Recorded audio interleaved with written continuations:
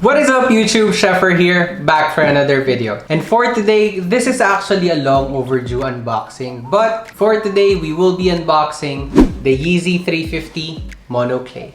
Let's go. Have you ever felt? Are you listening? To those who are new here, welcome. This is a channel where we talk about sneakers and tech. And for today, we have another sneaker unboxing. Anyway, so I actually won via the Adidas app raffle dun sa 350 Mono Clay, which is why I was actually able to grab this pair. But for some weird reasons, my schedule was hectic the past few days. So, naurong yung shoot for the 350 Mono Clay. And yeah, I never had a chance to unbox this one here in my channel. So, I actually got this for SRP for 13,000 pesos. Again, over at the Adidas website. So, in terms of the box, this is the typical Yeezy 350 box with the 350 here, the Boost here. So it says here Yeezy Boost 350 made by Adidas. And the official naming of the Yeezy Boost 350 Mono Clay is Moncla. So I actually got the size 10, which is my true to size sa mga Yeezys. I don't actually have wide feet, so true to size ako pagdating sa mga Yeezys. But for people with wide or big feet, normally they get half a size up. So as of the making of this video,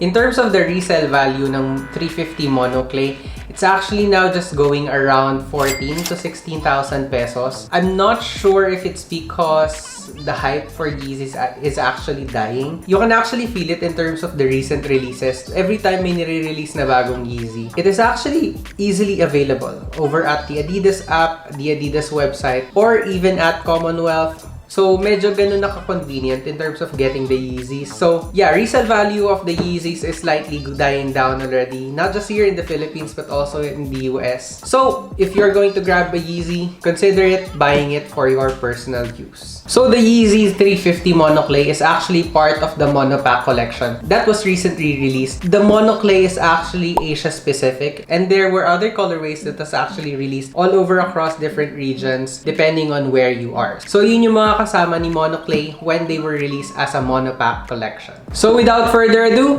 let's go ahead and box this thing. So opening up the Yeezy 350 V2. So it's actually still in the typical tissue that every Yeezy 350 is released with. And inside is the Yeezy 350 Mono Clay. So in terms of the initial 350 look of the Yeezy 350 V2 Mono Clay, this is what it looks like. You'll immediately notice that there are holes here at the Mono Clay, and they're actually quite see-through. I'm not sure if you can see my finger. Yan. The socks that you will wear in terms of rocking this one will matter, since basically makikita siya when you're wearing this pair. In terms of the material that was used for the 350 Mono Clay, it is actually a monofilament material. So it's not the typical fly knit material for the 350 V2s. I'm not sure if you can hear it, but medyo plasticky yung monofilament material.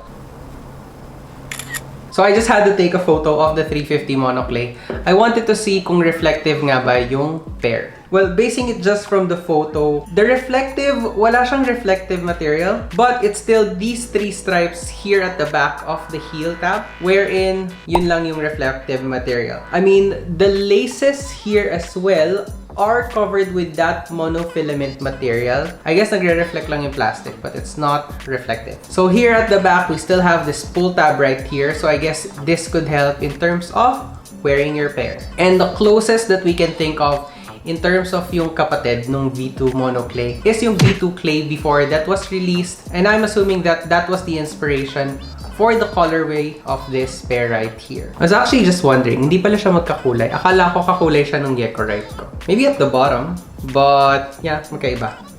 So another thing as well that you'll notice is medyo iba na yung holes that was used here at the V2 Mono Clays. So I was actually wondering myself why Kanye decided to call this one V2s. Since basically yung colorways or yung holes for the pair is now different from the usual V2s. For me, this is more of a V3 rather than a V2 since iba na yung design, diba? I mean, the V1s was quite different. The V2s was called different mainly because it had a lot of changes. I'm not sure why was this called still the V2s, but if you were to ask me, feeling ko medyo version 3 na to ng Yeezy 350s.